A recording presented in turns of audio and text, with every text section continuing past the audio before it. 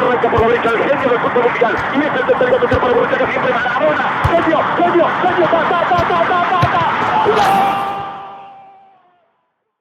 All right, welcome back to another episode 3 of 90 Minutes or More, where we dive deep and break down all things football, where we get into it. We're your number one source for pretty much everything from grassroots to pro games, from culture to in the field, getting in depth, breaking it all down for you. So welcome back once again. Of course, as you know, I go by Diego Mourinho, host here on 90 Minutes or More, and I'm here with my co-host, Frenchie Jones, Mr. PSG himself, coming off of a very eventful season. We're essentially here to do the recap of everything that's been going down. This whole season's been an absolute ride, a roller coaster, everything in between. We're here to kind of recap everything. How's it going, Frenchie? How you doing? Pretty good. Pretty good? How are you feeling about this season and how everything's gone? It's been a good season, especially for PSG.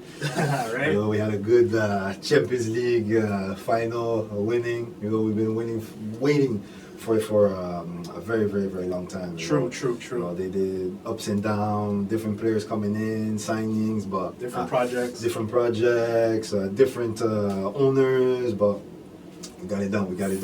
Finally got to put the hands on the glorious trophy. Second team in France winning. Yeah, it seemed like a long time coming for someone from France. Which was crazy because there was a lot of comments about League in the beginning of the season, right? With some people comparing it to Saudi League and this and that, and but ultimately, calling it a bunch of names. But ultimately, PSG was able to prevail. So we're definitely going to get into that. We're going to recap pretty much the whole season and how everything went down. There's been some, very eventful tournaments. We had our little international break right after the UEFA Champions League final, and then we didn't get no breaks. We hopped right into the FIFA Club World Cup. So, us footy fans, we're pretty much like enjoying our lives during that time. Especially. And of course, to close off with all the leagues that closed off, the Serie A, the EPL, La Liga, everything that happened there. All right, so of course, as we're here in one of the host cities for the FIFA World Cup next year, 2026, we are in Toronto. So I wanted to give you guys a bit of a recap of what we've been doing, what we've been up to with our projects. Of course, you see the page and how everything's coming along with that. We've also been outside as well, doing some activities, interacting with the community, getting training academies going, and starting the grassroots ventures in that space as well. So, pretty much a recap of before we get into the actual episode. The most important thing, or one of the most important things, is we were actually able to involve ourselves with the FIFA official event that happened here in Toronto. That was at Nathan Phillips Square. It was an absolutely amazing event that they held down there. It was for the official 1 year mark and countdown for the FIFA World Cup coming to Toronto, right? So there was a whole event, essentially with all the event coordinators. The city was there, all the football fans, everyone, including down to Mayor Olivia Chow. Anyhow, so we were able to get involved with that, go down there, experience the vibes, experience the rhythms, which was absolutely amazing. One of the big things that we got to do down there with the fans was actually put on a skills challenge, which included a prize giveaway, right? So we actually got to partner with one of our good friends and renowned football freestyler, Trix Alpha. So we partnered with him right on site at Nathan Phillips Square. We had over 15 contestants come in to do our skills challenge. And of course, like I said, there was a prize giveaway, and you can check our page, and everything is essentially posted there, all the content, all the pictures from the day, everything like that. But I'll let you guys know, this prize was not one to miss. It was an exclusive 90 Minutes or More Lionel Messi shirt in commemoration of the previous World Cup, him hoisting the World Cup. So our winner got to go home with an exclusive shirt that you're not going to see in any store or any website. We might put it up on our website very soon for sale. So it was absolutely amazing to see everyone partake into the competition. Essentially, the way it went was it was a skills challenge where you would have to do at least 5 keep-ups, all right? Kick the ball up, catch it between your knees, right? How Trixafa actually thought this up on the spot, I'm not sure. You've seen his skills before, right? I see that. All right. So he thought of it on the spot. We were able to do it. So you have to catch it between your knees. And then you had to flick it back up and do some more keep ups. So it was incredibly challenging. You could go watch the video to see how many people failed doing that. Everyone thought it was going to be easy, right? But it's not something easy. So all in all, we were very proud to be part of this FIFA event. You can go to Nathan Phillips Square right now, and you will actually see the clock counter that they put up there for the FIFA World Cup, which is really cool. If you're in Toronto, I definitely suggest you go take a picture by there and put it on your Instagram or whatever the case may be. But yeah, absolutely amazing event. Being someone that's lived in the city as well for pretty much my whole life, seeing that many people come out to be passionate about football, to celebrate the World Cup was one of the best things I've seen happen in this city. So we're hoping for more of that. We're hoping for more of that. Of course, we're gearing up. The World Cup is coming next year, so there's going to be a lot of fun stuff coming up. But yeah, I just wanted to let you guys know what we've been up to. Secondly, of course, like I said, we have officially launched our training academy, which our co-host Frenchie here has been running, called Sera Joga. So it is a training academy for all ages, all genders, all races. You can come develop your skills, learn about career paths in football, learn about how to get your mentality right in football. So make sure you tap in with that. It'll be on our page and of course on Sera Joga's official page as well. All right, so yeah, let's get into the episode now. Of course, like I said, it was a very eventful end to the season. On our last episode, we did break down, I believe it was the quarterfinals or the semifinals of the Champions League on our last episode that we're breaking down. It was the quarterfinals. Quarterfinals, right? We're going into the quarterfinals, and we're making our predictions. Of course, the way everything turned out was, extremely surprising. Arsenal making their little run, beating Madrid, Inter Milan meeting up with Barcelona, getting into that clash, PSG taking out Liverpool, and then taking out pretty much all the English teams, I think, right? Yeah. Right? Yeah, so, it was a Champions League where it was very hard to predict, although we knew there was some strong teams. I feel like some of the emotion from last year of the same teams, like with Real Madrid, it kind of stuck with us, right? And we're just like, oh, they'll get it done. Mm-hmm. But, turns out there's some new quality on the scene in terms of, the highest teams in football. Anyhow, of course, we know how it ultimately ended up. Inter Milan went into the final with PSG. Me and Frenchie actually did a live stream video for you guys to watch, and that's up on our YouTube as well, of the game being played out. Of course, me being an Inter Milan fan, Frenchie being a PSG fan, it was very interesting to see both of our clubs make it to the final, and have to go head to head in that way. Of course, it's football, and it is what it is. There always has to be one winner. It can't be two. It was very heartfelt for me. Of course, Inter getting to their second Champions League final in 3 years, I believe, right? Yeah, second in 3 years. So 2 heartbreaks for Inter Milan. Fun fact: they haven't scored 1 goal in both of those Champions. So as an Inter Milan fan, and this is not to throw my team under the bus, but it's heartbreaking to see that. You watch 180 minutes of football and you can't score, but that's not to undermine or discredit them at all. But yeah, anyways, ultimately the final score line was 5 for PSG, nothing for Inter. How do you feel about how the final went, how they got there, and the 5-0?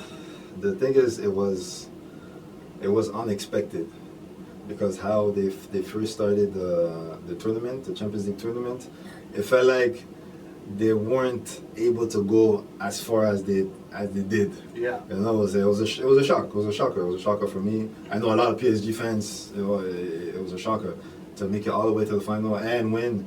And the thing is too, it was kind of nerve-wracking because we lost at the final. Yeah. We almost went to the final, but we lost. And now we're going to a second final. We don't know where it's gonna go, right?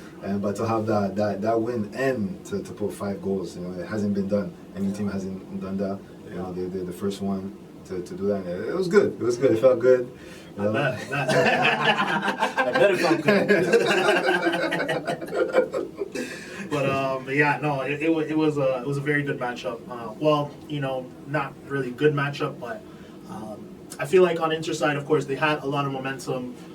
Probably a little before that, the final was at the end of May. At the beginning of May, end of April, Inter did have a lot of momentum, but it seemed that during the stretch of the waiting period for the final, they were like almost a different team, on the day, which was really disappointing in a lot of ways. But it is an Inter squad that was a bit limited, although they had a lot of triumphant wins against Barcelona, against Feyenoord, against Bayern Munich. Like, imagine that path, like Feyenoord, Bayern Munich, and Barcelona, and then PSG. Like, it's a tough path, So they had all this momentum going through that, and I feel like it just completely deflated. Not only that. We're limited, when it got to the final, we realized, what, PSG has a lot more depth, You guys added Kvaratskhelia, Desiree Doué stepping up, a couple players stepping up, whereas Pacho stepping up, João Neves, we're talking about him too, Vitinha.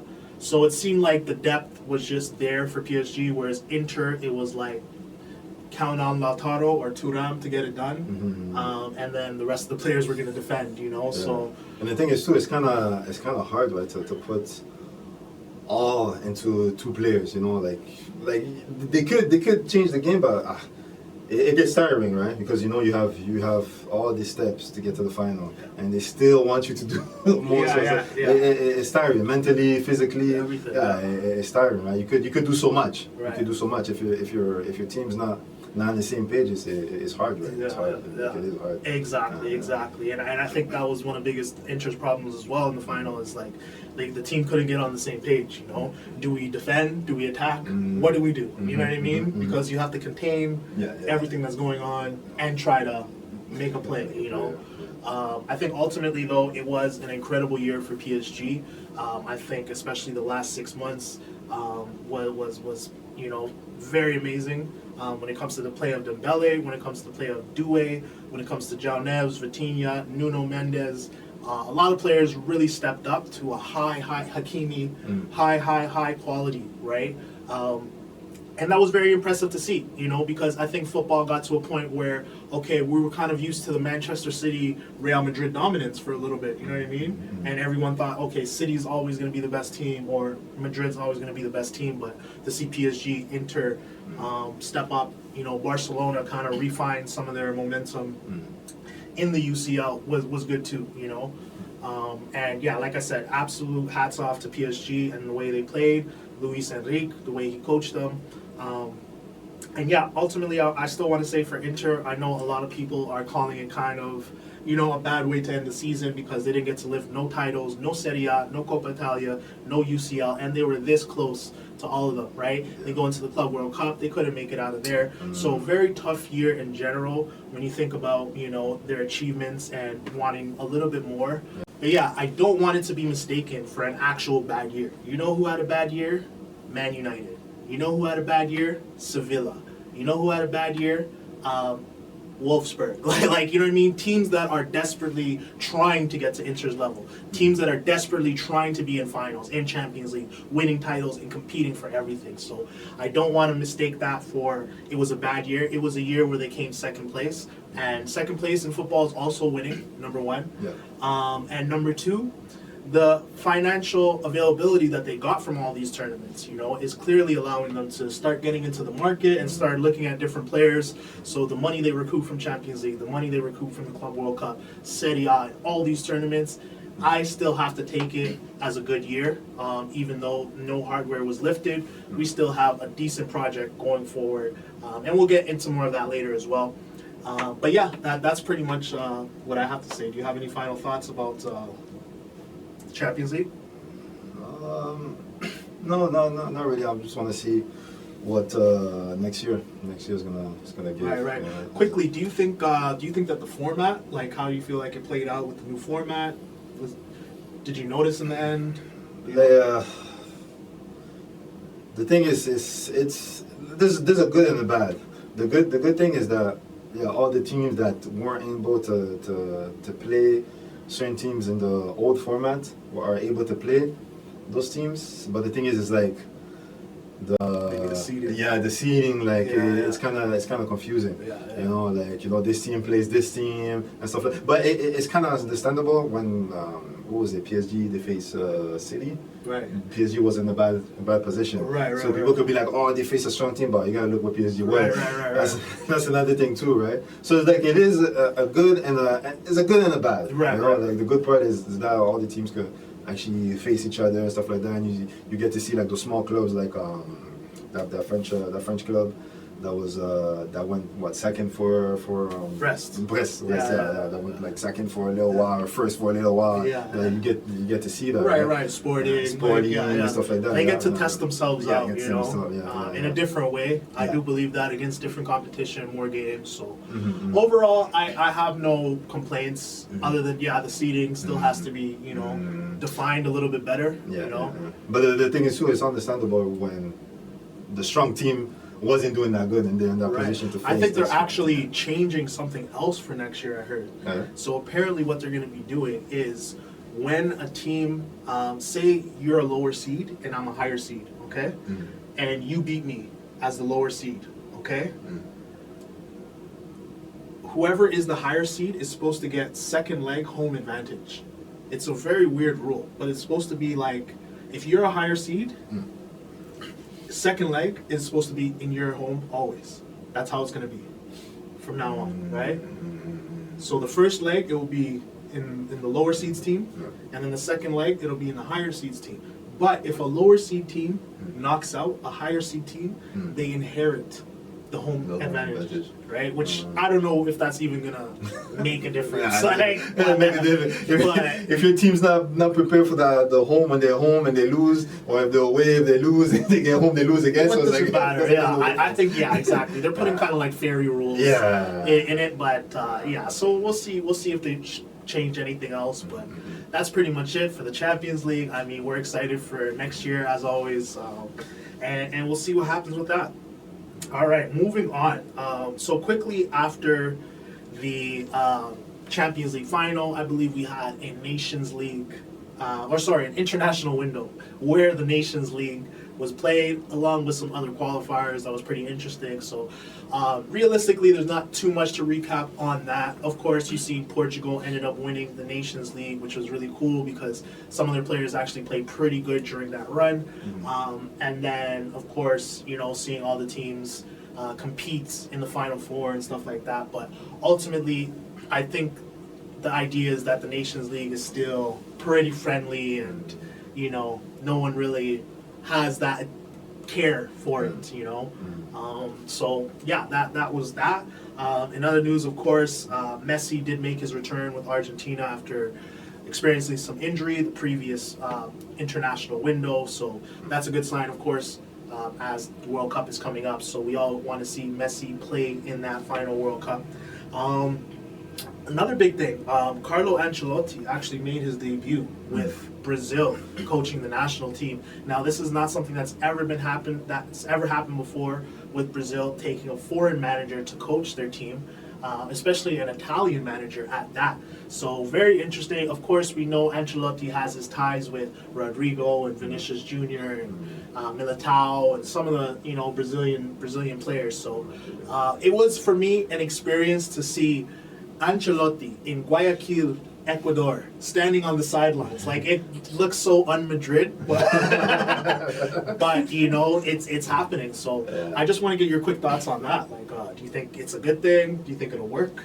I think it'll probably work. It'll probably work. I don't know how well, but Ancelotti's been a coach for many years. He has a lot of experience, and hopefully he does a good job in Brazil.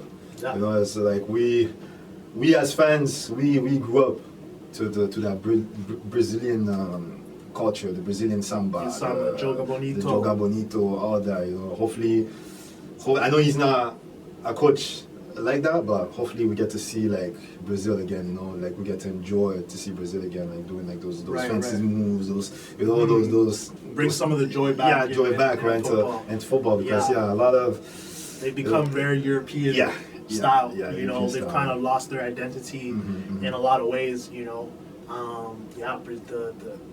like Brazil over the last 3-4 years, we already know they've had their issues. So, I guess this was just their turning point where they said, hey, listen, we need to get someone in here that does something different, maybe knows the players better. Maybe that was an issue with the coach, not the previous coaches not knowing the players as well, you know, and they felt like Ancelotti knows these guys and we're going to be with Vinny anyways, you know. Of course, we have to see whether Neymar makes his full return. I'm pretty sure if he's healthy, he will get a goal in one of the friendlies, you know, coming up. He's still young. He's what, 31, 33, I think Neymar is now 33. Still have like three more years. Yeah, Stuff like yeah. that. So If he this World serious, Cup, maybe one more Copa America to say goodbye. Yeah, you know what I mean? yeah. But that's what you know, his health, right? It's that's always been the drawback is whether he can stay healthy, right? So, but anyways, it's going to be interesting to see how that develops. Next, of course, the big thing that everyone's been talking about over the last month, the FIFA Club World Cup finally happened. 32 teams took place in the United States to fight for the first inaugural FIFA Club World Cup that's in, you know, this edition that they made it, right? So I believe if you guys have been watching the channel and you guys have been taking in all my videos, even some of the solo ones, I did make my predictions about the FIFA Club World Cup, and you can go back and look at that. And I did say it was going to be one of the best tournaments that we've seen in a long time, and give it a few more editions, and like I think it will find its place in the football world as a happy marriage. This is a tournament that celebrates culture, celebrates football all around the globe, gets our fans to finally know about different teams and where they come from, and you know what I mean? So not only is it a football experience, it's a learning experience more than anything, right? You finally know about some teams in Africa or some teams in South America, and you know how they would compete against these European teams that you know and love and have been watching, you know, throughout this whole football journey. So to see the fans out there, go ahead. I was about to say that never been done. Never been done. Any like football club aspect. Never been done. That's like the first time, right? First time. You know, like you get to see, like you said, you get to see like different clubs from different countries and stuff like that. We don't even watch. We don't even know. They did pretty good. They did pretty good at playing, especially competing with top European clubs and stuff like that. Like I was kind of surprised when I seen a couple of these teams. You know, I know certain teams they didn't have the level, but there's certain teams that, you know, from Australia and New Zealand, like they had pretty much a little bit of a level, and you're like, you know, this is Yeah, I guess it shows you that all levels of football, you know, are comparable at some point. You know what I mean? Even though there's some gaps, there's a lot of quality gaps in you know, some of these teams, but it's still comparable. So now let me ask you, who do you think was who would you say was your surprise team from the FIFA Club World Cup? I should say Palmeiras. Palmeiras from Brazil. Yeah. You know, their way, their style they were playing is pretty much a little bit similar to the European style. It's true. And the calmness of playing and stuff like that. Like it took me a little bit by surprise. You know, how they were playing. Right. No, I definitely agree. For me, I'd say it was Botafogo. You know, because Botafogo originally wasn't really part of the big Brazilian clubs, but over the last few years, they kind of came up. And Igor Jesus, he played amazing up top. The way I seen him do some runs was very interesting. The way they used him, you know, he runs relentlessly. I think they have a guy named Barbosa on defense, who's also a very big guy. He was like clearing almost all the tackles, you know, or all the balls in the box and things like that. So, there's a couple guys on Botafogo that really intrigued me, 100%. Their style of play also. I don't know if you noticed, they always have that one outlet, you know, with the striker, you know, and it's like a simple ball that's played through to him, and they don't even really do it to start an attack. It's more just to control the tempo, right? So these Brazilian teams, they care about scoring, but they care about controlling tempo more than scoring, right? Like, because they feel like if they do that, then they'll win the game, you know? And it proved to be true pretty much up until the semifinal, right? I think Fluminense got against Chelsea in the semifinal, right? And they, you know, and of course, there was other teams too with Boca Juniors, River Plate. The teams from Africa were very eye-opening as well. It was a very eye-opening tournament. Of course, would you say there was a surprise player for you at the tournament? Like even European teams, like that player from Chelsea, João Pedro. João Pedro. I liked his, João Pedro. That was big. Yeah. I liked his style of playing. For sure. Because that was my, I think that was my first time seeing him play in there, João Pedro.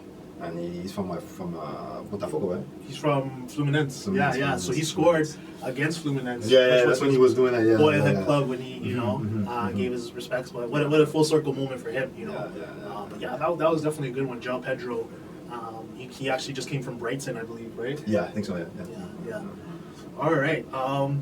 So of course, as the tournament went on, in the later stages, you could see a little bit more European dominance. You know what I mean? Yeah. Some of the South American teams fell back or didn't make it. The Asian teams as well. I think Fluminense, like you said, was the only one that actually made it to the semifinal, which is fine for all intents and purposes, because they still gave a good showing.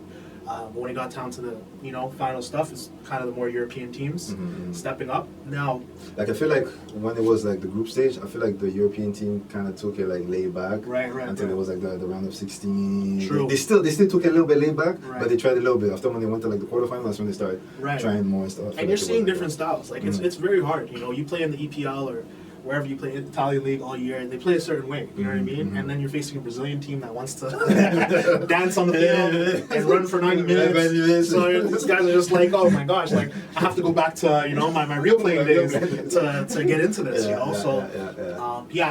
that is the thing in Europe too. Sometimes it is a little laid back, it is relaxed, and I feel like these South American teams really showed that we're not going to come in with that mentality. We never come in with that mentality in South America. For the people that do watch. The spaces are so tight over there. Every ball is battled for. Every body is thrown in.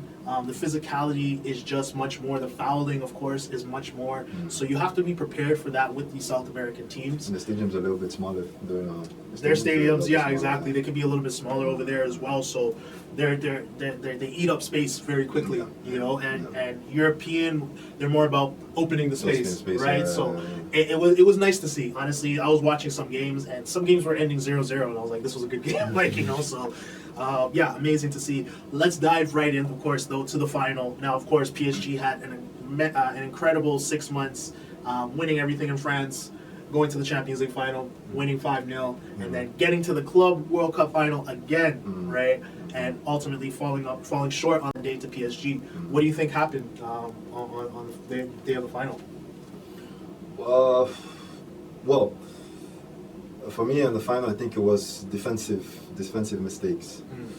What you could see, right? If you check the game back again, you could see that Paredes, he kind of messed up. Beraldo, sorry.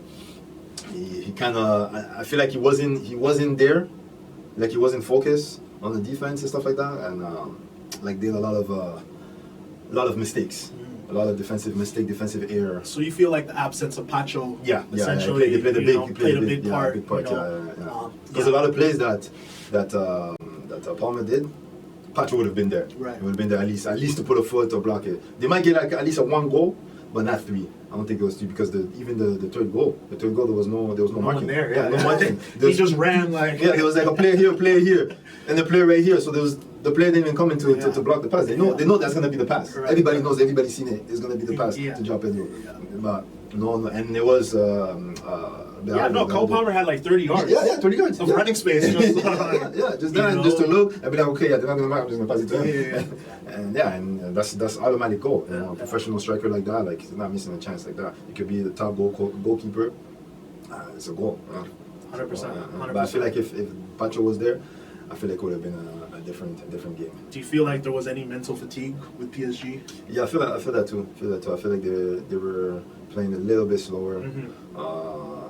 A little bit like almost, if we lose this, we still have a good season. We still have a good season. Yeah. So they didn't really. And then Chelsea, of course, they have something to prove. Yeah. Plus the new players that they have also. And to think about it, actually, I know a lot of people were making fun of the fact that in the beginning of the season, Chelsea had like 40-something players. I don't know if you remember that. But in the beginning of the season, like Enzo Maresca had like everyone and their cousin, right? But, ultimately, the way I seen their season go, when it got to the Conference League final, when it got to this final, it seemed like they were a little fresh too, So of course, no coach wants to have too many players, but it kind of worked out a little bit, As for Chelsea and their breakdown, like you made some good points with PSG's defensive breakdowns and defensive lapses.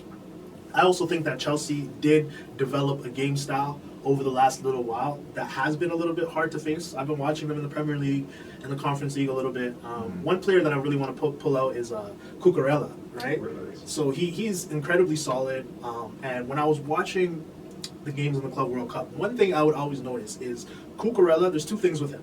He's always available to receive a pass because of where he plays. It's like inverted like left back, right? And the second thing is when he receives a pass, hardly does he give a bad pass. He always gives a decent pass, right? So that means he's like a distributor, that you have as a left back, whereas other left backs are more vertical, like Nuno Mendes, Dumfries, you know what I mean? Yeah. He's playing more inside, you know what I mean? And you don't notice it, but when you get on the field, it can throw you off, you know what I mean? Because they're like, why are they passing to this guy? But this guy's making a good pass or something like that. Yes. So not to big him up, not to glaze him or anything like that, but I started to watch that. And then, of course, even bigger than that, the two players that they have in their midfield, Moise Caicedo and Enzo Fernandez, they're beasts in their prime. You know what I mean? 23, 24 years old, ready to run for 90 minutes.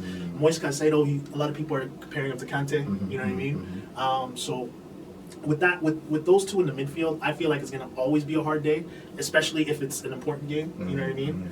Maybe if it's like group stage, like you were saying, where they don't really care, you could probably get the better of them. But I think on an important day, that midfield is pretty tough, and then you have Palmer up front, you know what I mean, leading the midfield. So, Chelsea, they definitely have a good outlook for this year. I feel like they can do even greater things. But of course, now that they won, there's that target on their back. Teams know that they're good.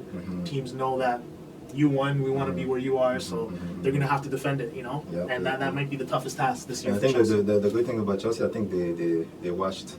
I feel like they watched a lot of PSG tapes. Nobody was doing what PSG was doing. Right. Nobody. How do we stop that attack? Because as soon as we pass the ball off the goalkeeper, let's say, you see Dembele, you see Doué, you see Kvaratskhelia, just pressing. But they did pretty good at to stopping that press. They did pretty good. For sure, 100%. No, you could tell the game was game planned. Like Enzo Maresca watched a lot of footage and said, "This is what we're doing. This is what Inter did wrong. This is what whoever else did wrong. Arsenal, Real Madrid. This is what they all did wrong. We're not doing that. We're not falling into the trap. Inter, like we were talking about earlier, they fell into the trap. You know what I mean? It's like a mouse in the house. Like, you know what I mean? Because it's like once you're in, you know what I mean, and PSG starts getting closer and closer and closer, and then they shrink the field, and then all of a sudden, Marquinhos is like almost at the net, but you can't do nothing. You're trapped, So exactly, Chelsea's like, we're gonna abort all of that. We're getting out quickly. Let's just pass it to Palmer. Because I feel like if Chelsea would have lost that game and a big margin, a lot of teams would have been scared of PSG to face them. For sure. When I kind of give like a little bit of breathing. It's almost good for PSG in a way. Some teams will be like, okay, I could be better humble and then get better. For sure. All right, so that was the Club World Cup final. Chelsea won 3-0 over PSG. Like I said, nothing to take away from any of them that comes second, or still a great season for PSG, and a great triumph for Chelsea. All right, so in our next segment, what we'll do is we'll quickly talk about some things that are happening across the three major leagues: EPL, La Liga, Serie A, and then we'll get into some top transfers that have happened over the last little bit. Okay, so starting off with the Premier League, of course, Liverpool ended up triumphing and winning the Premier League in great fashion. And I know a lot of their players were very proud. As we are on the topic of Liverpool, I do want to take a moment to pay my respects to Diogo Jota, who unfortunately passed away in a car accident in Spain. Amazing footballer, amazing person. Supported the football community, supported the football video game community, which I'm part of as well.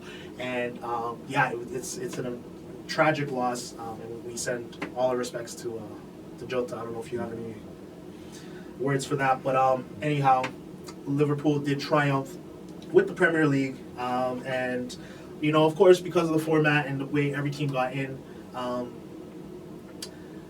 they didn't actually get to take part of the Club World Cup, right? Because of the entries and how every team got in. However, and then they ended up falling short on the Champions League as well against PSG, who eventually won.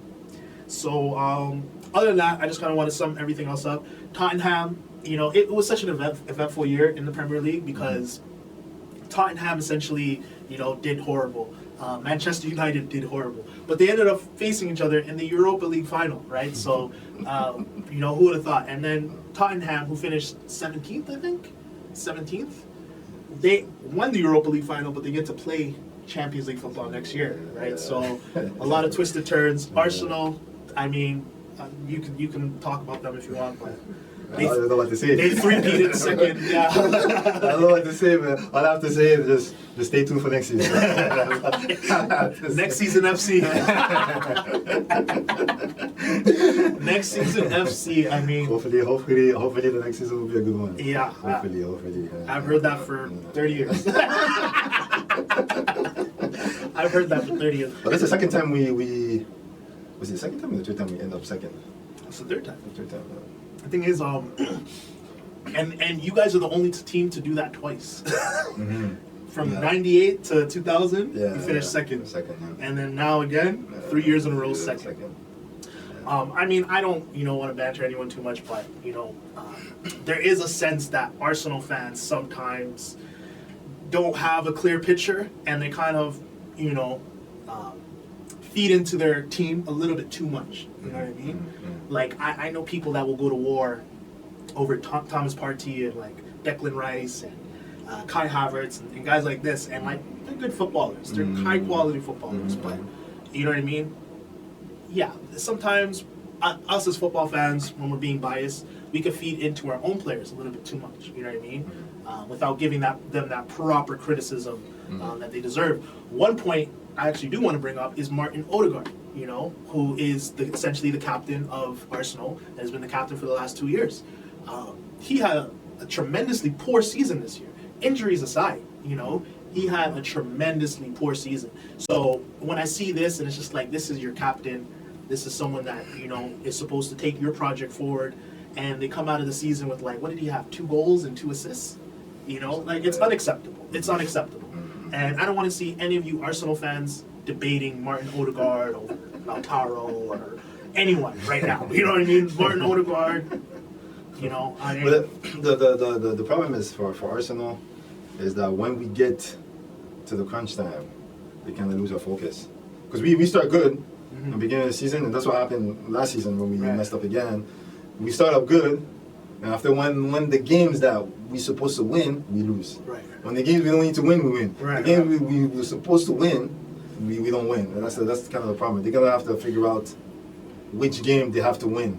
Yes, we want to win all the games, but you're not going to be able to win. You have to strategize. You have to strategize which game that's more important to win and stuff like that, right? Sure. And that's the problem. That's the problem. The Liverpool, they just put their head down, just we're going to take it all the way. Yeah. Arsenal, Exactly. Liverpool is just like we know our mission. We're good. You got to take it all the way. Arsenal needs to figure out that state because they're a good team. They're a good team. They're the second, 2 times. You guys have Nwaneri, who's coming up, very good talent. Lewis Skelly as well, pretty good talent. So you guys have the mix of the youth and the veterans and just everything. that finishing, just that to keep that consistency. Exactly. That's the only problem they're gonna have to fix and figure out, right?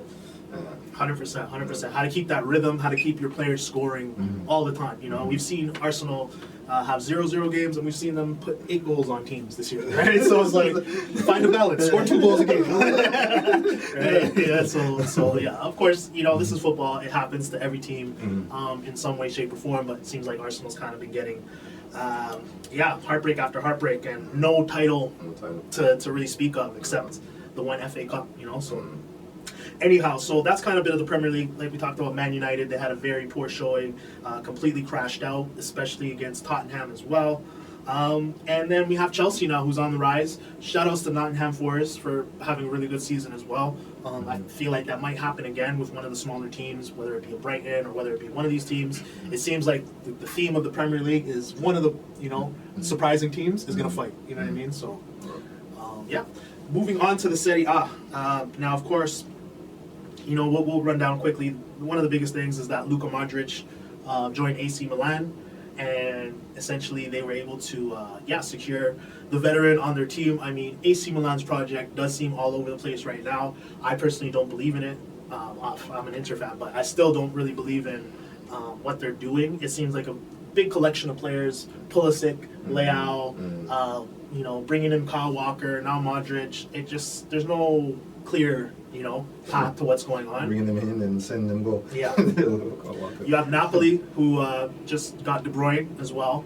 So they're adding De Bruyne to the McTominay and Lukaku and Di Lorenzo and their whole thing. I believe they also signed another player named Noah Lang, who is also pretty decent. Juventus, I mean, they're kind of in the same state as AC Milan, where they're just kind of collecting players. They have a bit of a project in Juventus, I would say, with Kenan Yildiz. That guy's pretty good. And then, other than that, I know they got Kolo Muani, and they're doing some things, but it just doesn't seem like. Jonathan David, yeah, he just went to Juventus as well. So, like I said, it just seems like they're adding players, and this just started over the last year. So we'll see where it goes for this year. Yeah. Quickly with La Liga, Real Madrid ended up splashing 45 million euros for an Argentinian 17-year-old, Franco Mastantuono, and yeah, they got that signing done very quickly. He's been a talent that's been touted since he was 15 years old. He was playing senior for River Plate. And then I think this past season he had a bit of an offensive explosion where he was leading River Plate in goals and assists at 17, right? So Real Madrid said, forget this. We need our Lamine 2.0. We need something to fight we need the power of Barca. We need a Messi. We need our own Messi here. Right? We need our own project young kid. So that's what ended up happening. We'll see how he does this season. I wanted to ask quickly, for the rest of La Liga, apart from, obviously we know Barca, Real Madrid, Atletico, is the rest of La Liga dying? When we talk about the Valencias, the Villarreals, the Sevillas, the Real Betises, what happened to those second-tier teams in La Liga? What do you think happened? I feel like lack of talent. I feel that's what it is. I feel like as soon as these players become professional, they just end up just giving up. Or they sign to Barca and Madrid. If Valencia has a good player, then they just go over there. They just go over there, right? So it's kind of the thing is too. It's kind of sad too, especially as a football fan to only see yes, we love the Real Madrid, we love the Barcelona, we love the Atletico Madrid and stuff like that, but the small clubs, what are you guys doing? I know there's a lot of talented players, but I don't know. I feel like as soon as they get there, it's they don't try anymore. It's we made it. Yeah. We're just gonna live the moment. Right. It's almost like the rest of the teams don't believe that they can ever win La Liga. I don't even know if another team has won La Liga other than the big three in a very, very, very long time. Yeah. So it's Real Madrid, Barcelona, or Atletico once in a while. Atletico, they might sneak a little bit, but other than that, like you said, I haven't seen Sevilla winning. I haven't seen Real Betis, Valencia. We want to see those teams at least try to compete because it kind of gets boring after a while. It kind of gets boring. It's why are we watching La Liga for? Right? It's so we know it's always going to be the same team that's going to win. Right. And that's always been my criticism with La Liga. Is I will never watch Las Palmas versus Valencia. That's a hard game to watch. To spend my time doing that. As much as I love football, but when it comes to the Italian league, I might watch a Torino versus Fiorentina, or I might watch Napoli versus Lazio, or you know what I mean, a Lazio versus Sassuolo. You might watch it for, you know what I mean, peep in for a little bit, Yeah, yeah, take in some of the game or whatever, even if you don't watch the whole game, right? mhm. You see it on, you're like, okay, you know. But if you see Villarreal versus Real Sociedad, like, what am I gonna do? Like, I can't watch this, you know. So that, like, yeah, that's a big concern. La Liga, other than the upper echelon, is like almost unwatchable, you know, at this point, you know. Yeah, So no, it's true. It's true. what they're gonna do there, what's happening there, I don't know. Maybe it's just Real Madrid and Barcelona have such a stronghold on the football world that it doesn't even matter. You know what I mean? Like, That's so. the thing. But that's the problem too. Even with I know we're gonna get to Ligue 1 soon, but even with Ligue 1, when you look at Ligue 1, it's always PSG and the other clubs. You know, yes, we had the Brest that kind of did their thing a little bit, but it's like it's always PSG. It's like what all you other clubs, what are you guys doing? What are you doing? Because I know you guys don't have bad players. Yeah. You know, even with La Liga, I know you guys don't have. Lyon, Marseille, they have good players. Yeah, they have good players. It's like what's stopping you guys to compete and try like at least to win a game or to try to compete to get to the first play, top play. Because it's always the same. And Lyon a couple years ago, they were top 10, right? They were like almost winning against PSG every time. Like it was like neck and neck. Yeah. And then the last couple of years, it kind of. I think Lyon is going to play in second division. No, I think they got out of it. They got out of it. But yeah, like you were saying with La Liga, it's like yeah, it's a good. I know Sevilla. Every now and then, well, more than every now and then, they compete in the Europa League. They do good, you know. Maybe European competition too, but even seeing Atletico Bilbao this year, I was very confused. Right. Because they were kind of making strides. They kept Nico Williams, they kept Inaki Williams, and it seemed like they didn't go nowhere, you know. And then Nico Williams, a little off topic, but on topic, he goes and signs for 10 years. And I know, you know, he loves his Bilbao city and the club and everything they've done for him, but he just has so much to offer football. Like, it seems very strange. I want to see Nico Williams playing at the highest levels. You know? And I think he lost a couple of followers on the social media too. I think most of them probably were like Barcelona fans. They thought he's gonna go to Barcelona, but when he signed, I think they kind of left. Oh, they started out following him. Yeah, that's what I see. It's a bad look. No, I even feel weird about it because I thought he was gonna go. It would have been nice to see him go, you know, and to not, and then to sign for 10 years. That's outrageous. Wish him the best of luck. Hopefully he does good every those season. Because he is a very good player. But hopefully he continues that. Right. No, 100%. All right. So speaking about leagues as well. Of course, you know, with the rise of Saudi Arabia in football, there's been a lot of footballers going over there, making the move, Saudi teams waving money at them saying, you know what, I'm not doing nothing here, let me just go make a few bucks, which is completely fine. I wanted to ask and bring up the question though, do we feel like Saudi League is really forming a genuine football culture type league, or do we think that this is just a sideshow? I feel like they are trying to be like the Premier League of football. Right. That's why they are trying to bring like the top players to over there and stuff like that. So it attracts like fan viewers to view the Saudi League. Right. That's why they were successful to get Cristiano over there, and there were kind of eyes going over there to see what's going on and stuff like that. Even certain small lower clubs starting to step up their game, like Gustavo said, like. He said that before. Well, Al Hilal ended up beating Man City, right? In the Club World Cup. Too, so right? that was a big thing for them and for their branding. You know? And it shows that how good they are. You know, they weren't. It wasn't just the Saudi League and stuff like that. How they were beating teams in the Saudi League. Right. I mean, in that respect, I do believe Al Hilal is kind of in a league of its own when you talk about the Saudi League.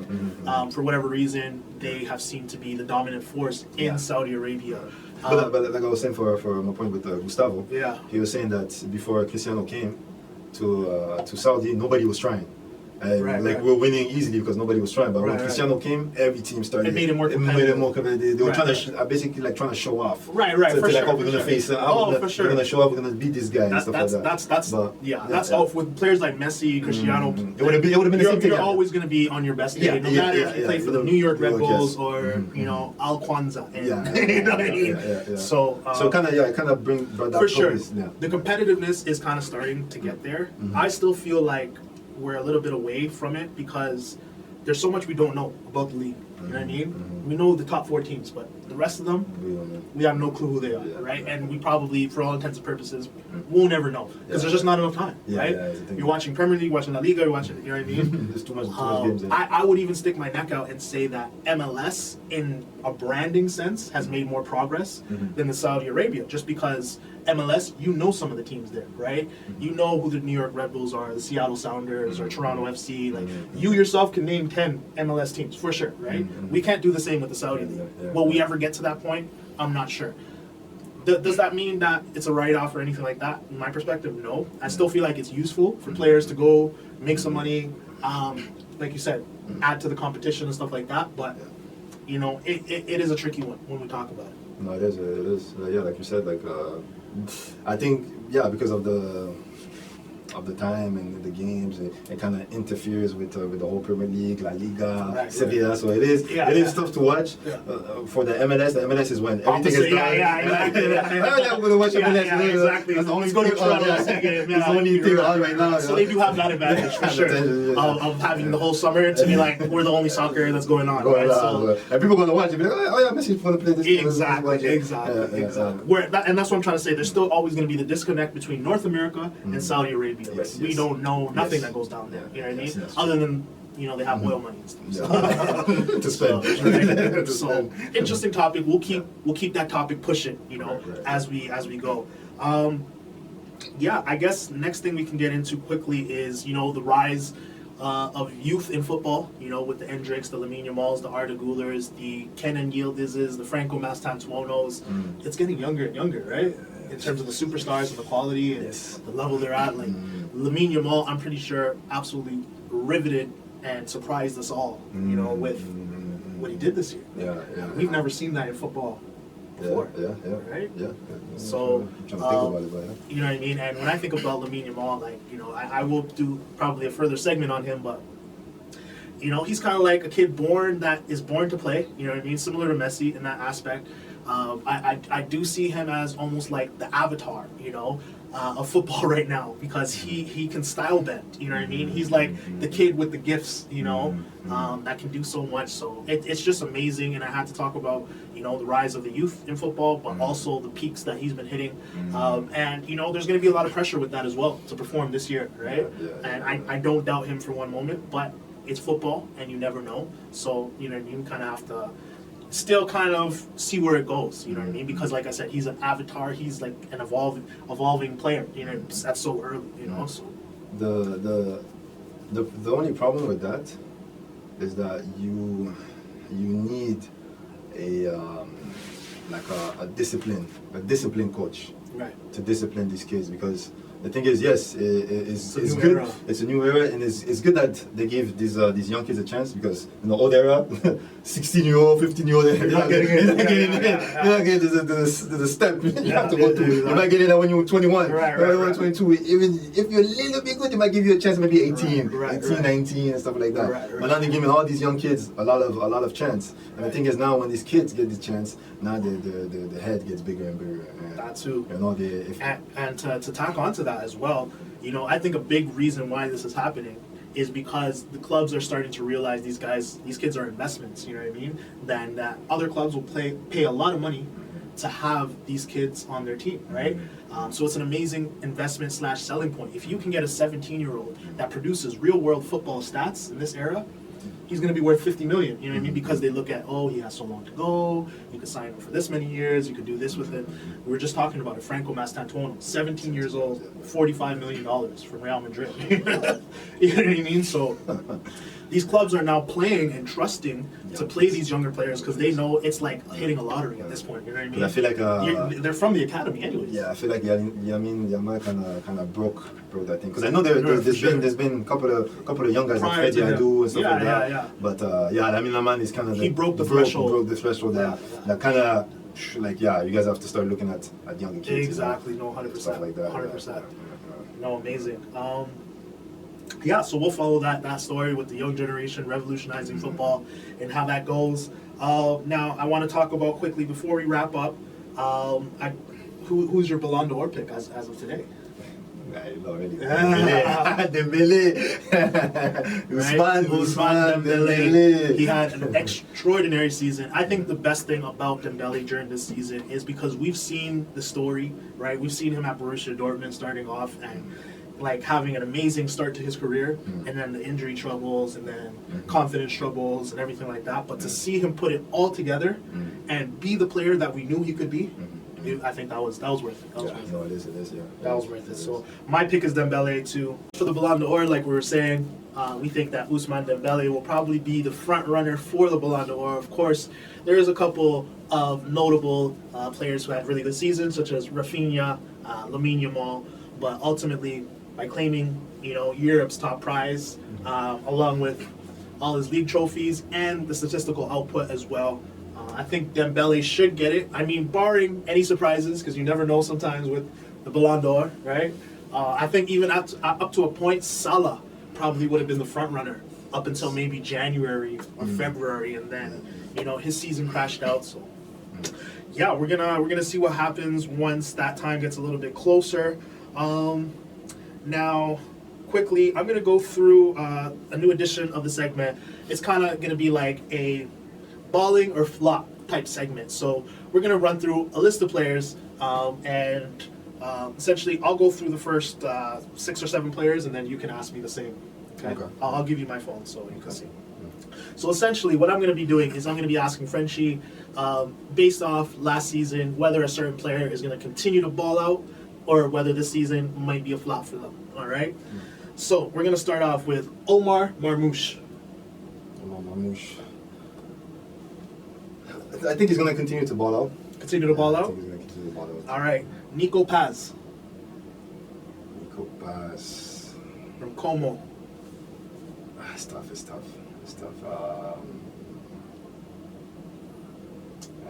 Who's the second one? What? Nico Paz. Yeah. From Como. He was an Argentinian baller from, he's actually on Real Madrid, but... I think he's going to continue to ball out. Continue to ball out? All right. Dean Houston, the defender for Spain. And he's on Real Madrid now. Dean Houston. He might crash. He might crash? He might crash, yeah. All right. Desiree Doué.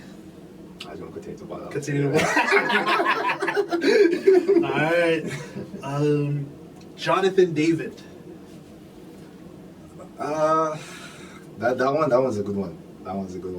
Like I would say he continues to ball because I haven't seen him, like right now is a new team for him. You haven't seen him fall off yet. Yeah, I haven't seen him fall off yet. So ask me the question again at this end of season, next season, and I'll have a better understanding, a better answer. But I'll do he ball out. He'll ball out. Okay. Gyökeres. Gyökeres ball out. Gyökeres ball out. Say no more. All right. Giuliano Simeone. Diego Simeone's son. Had a pretty good year, no? Yeah, that one's kind of tough too. Yeah. That one's kind of tough too. That one's tough. Because I don't see like a few games from him. I haven't seen a lot of games from him, but I'll give him the benefit of the doubt. I'll tell you about that. All right. Lastly, we have Marcus Thuram. Even him too, because Marcus Thuram is a good player, but I don't know how long he's going to continue that consistency. So I say maybe he might crash. Yeah, maybe he might crash. All right, I'll let you take over, and you can ask me after Thuram. Rafinha. I think that Rafinha, he's in a good position with Barcelona. I think he'll continue to ball out. Rafael Leao. I think there's a lot of changes going on at AC Milan right now, and there's also a lot of backlash he's been receiving from the AC fans for not performing. So I'm going to say that he flops. Christian Pulisic, I'm going to say for another flop. Okay. He had a big season this year, and it just seems like with Pulisic, he can't really get over that hump. He just kind of gives you what he gives you. Kubarsi, I'm going to back the young kid. I'm going to back him to, he seems very smart. He seems tough. And I think that his toughness will pull him through. Luis Skelly. Lewis Skelly, good one. You know what? We've seen some incredible flashes for him. I think the second year becomes a lot tougher for him. Paul Pogba. Paul Pogba making his return to Monaco. Honestly, I'm gonna back Pogba, and I'm gonna say he has a good season. He has nothing to lose. Yeah, that's true. Johan Duran. Johan Duran, I'm gonna say he flops. I think he's going to Fenerbahce, and yeah, he's going to Fenerbahce. He's had too many career moves in a very short period of time. I think he's probably headed for another career move. Alexander Isak. Alexander Isak, I think he's with the speed that he plays at, that it's hard to see him flopping. So I'm gonna say he balls out. Ollie Watkins. Ollie Watkins. This is a bit of a dicey one. I think Ollie Watkins has tremendous potential. I think he does pretty good on Villa, so I'm gonna say that he continues to ball out. All right. So yeah, that is our ball out or crash out segment. Brought to you by 90 Minutes or More. Let us know what you guys think in the comments. Do we got it right? Do we got it wrong? Is there any players that you think might ball out or might crash out? Let us know. All right, so lastly, one of the last topics is me and Frenchie actually built our team of the season, so our absolute starting 11 for this year. This is based off all tournaments, all competitions, Champions League, Club World Cup, season play, cup play, everything all together. Who was the 11 that we would choose to arm a squad today? All right. So, do you want to go first, or you want me to go first? I'll go first. All right, go first. So for goalkeeper, I choose Donnarumma. Donnarumma, he had a great season as a goalkeeper, especially them winning the Champions League. That's why I picked him, and also PSG. Yeah, they won. He's up there. Makes sense. Defenders: Nuno Mendes, Pacho, William Pacho, Marquinhos, Hakimi. Yeah. So basically, you took the whole PSG defense. This guy took the whole PSG defense and the keeper. What a guy. All right, midfielders. Is there any PSG midfielders here? There is.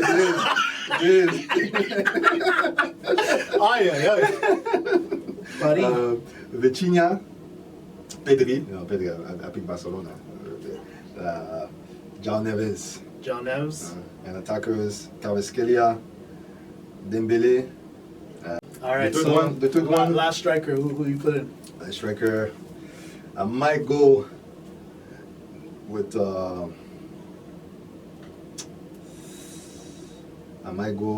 surprisingly, I might go with Gokares. Gyökeres. I go with Gokares.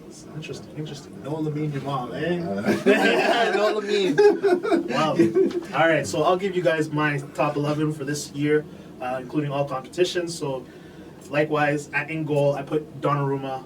I just feel like for an elite keeper and for winning the Champions League and competing at, in all competitions, and for what he's won, I have to take Donnarumma. Now I'm going with 3 on defense, technically 4, but still 3. So Nuno Mendes. I'm definitely taking. I feel like he was the best fullback and also a two-way player, defending, pocketing people, scoring, assisting, doing a whole bunch of stuff. As my center back, I am going to take Acerbi / Bastoni. Technically it is Bastoni, but Acerbi had an incredible moment and also an incredible season. So I feel like for center backs that got far in their seasons and competed in every competition, other than the PSG ones, of course, I'll have to take Acerbi and Bastoni. On the right side, I'm going to go with Denzel Dumfries. He also played a crucial part in Inter's run. He scored 9 goals across all competitions, including 2 crazy goals against Barcelona. He was all over the pitch all year, defending, attacking, providing something that we didn't even know he had in him. So, Hakimi, of course, is, strong contender for that right side too, but I'm going to go with Dumfries.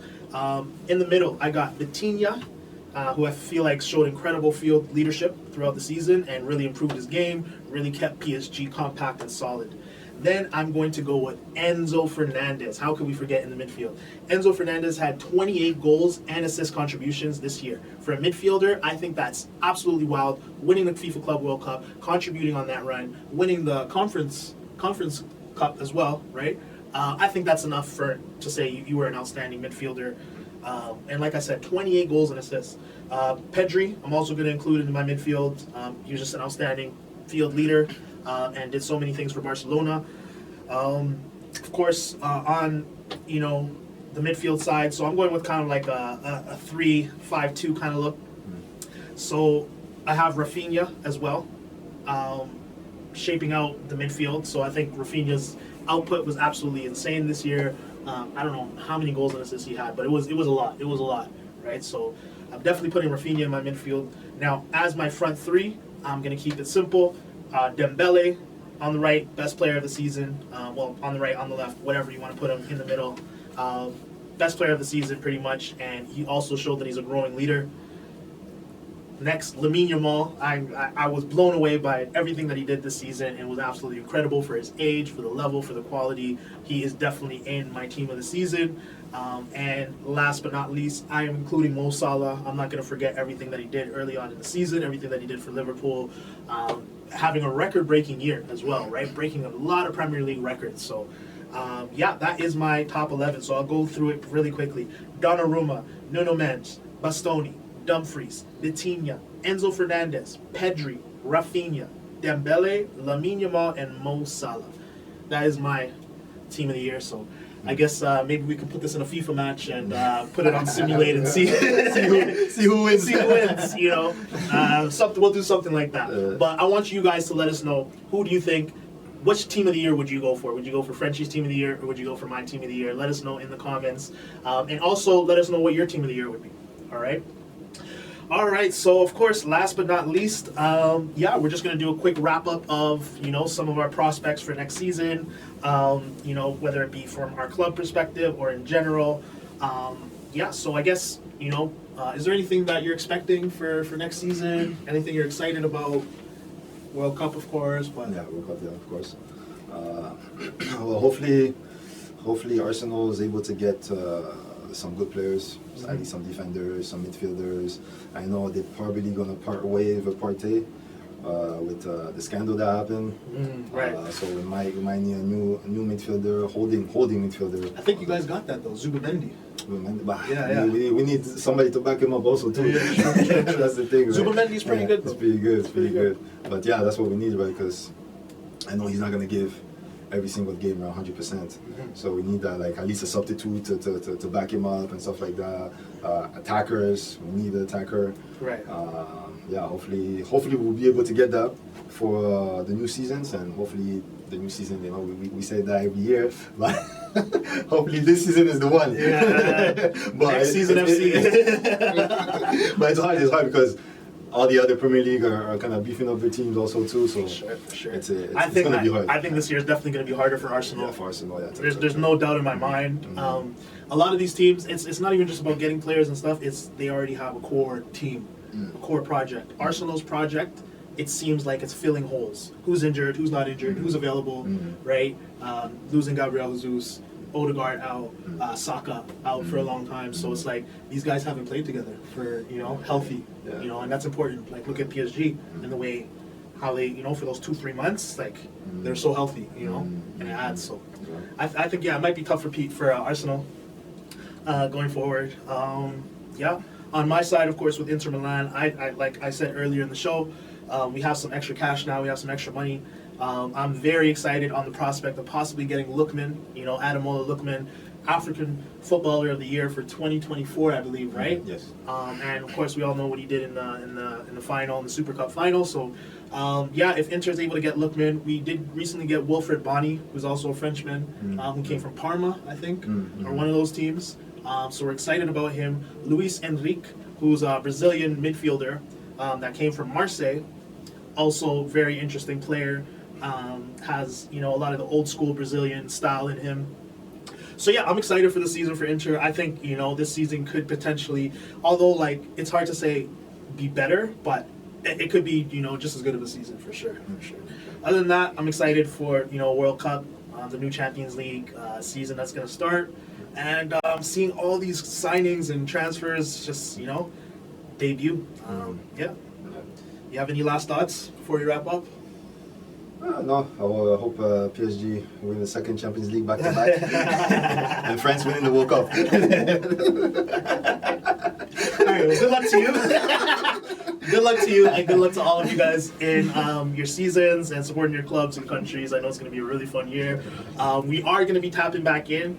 There's a few things that you guys have to watch out for. Number one, we're going to do another episode, and that will be our official preview for the season episode, and we'll dive even deeper and break everything down that's going to happen this season. We'll probably do that shortly after the transfer window, once everything's finally finalized and everything. Next, we're going to be hosting a 4-on-4 tournament as well in the very near future. So look out for that. Look out for the content. Look out for the sign-up sheet as well online in case you guys want to join. And then lastly, we are going to be doing some other events, some other activities, all football related. So stay tuned with the page. Tap in. You already know what it is. Diego Mourinho here with you, 90 minutes or more. Frenchie here with you as well. We'll probably tap in with the whole crew as well by the time the preview episode comes. Until then, everyone stay safe. I know this is a little period without football, so maybe you could just watch some MLS and see some Messi magic, right? That's always fun, you know what I mean? So, by the way, before I close out, shout out to Lionel Messi and Inter Miami for pulling up in the Club World Cup, making it interesting, even though they got tossed out by PSG. Hey, you know what I mean? You still got that free kick, you know what I mean, to kill out Porto. You still got Messi doing some incredible record-breaking things right now. So, all exciting in the world of football. You already know. 90 minutes or more, and we out. Yeah, and don't forget the shirts. The shirts will be out soon. That's it. For sale. So 90 minutes or more. We're ready. Make sure you check the website to check out our shop and get these lovely shirts, you know what I'm saying? Because I guarantee you put these on, everyone's going to be asking, what is this? What's going on? You going to want this. You're going to want this. Ladies, you got a birthday for your man coming up. You got you got whatever it is for your man coming up. Even if nothing's coming up, ladies, you go buy him a 90 minutes or more shirt. All right, whatever it is that you got coming up. And listen, fellas, you could buy this for the ladies too. There's a lot of football and ladies that love football. We're gonna be coming out in all different colors: pink, blue, white, everything. So. Make sure you get your 90 minutes or more t-shirt available directly on our website, available directly through our Instagram page as well. Tap in with it. You already know what it is. We out.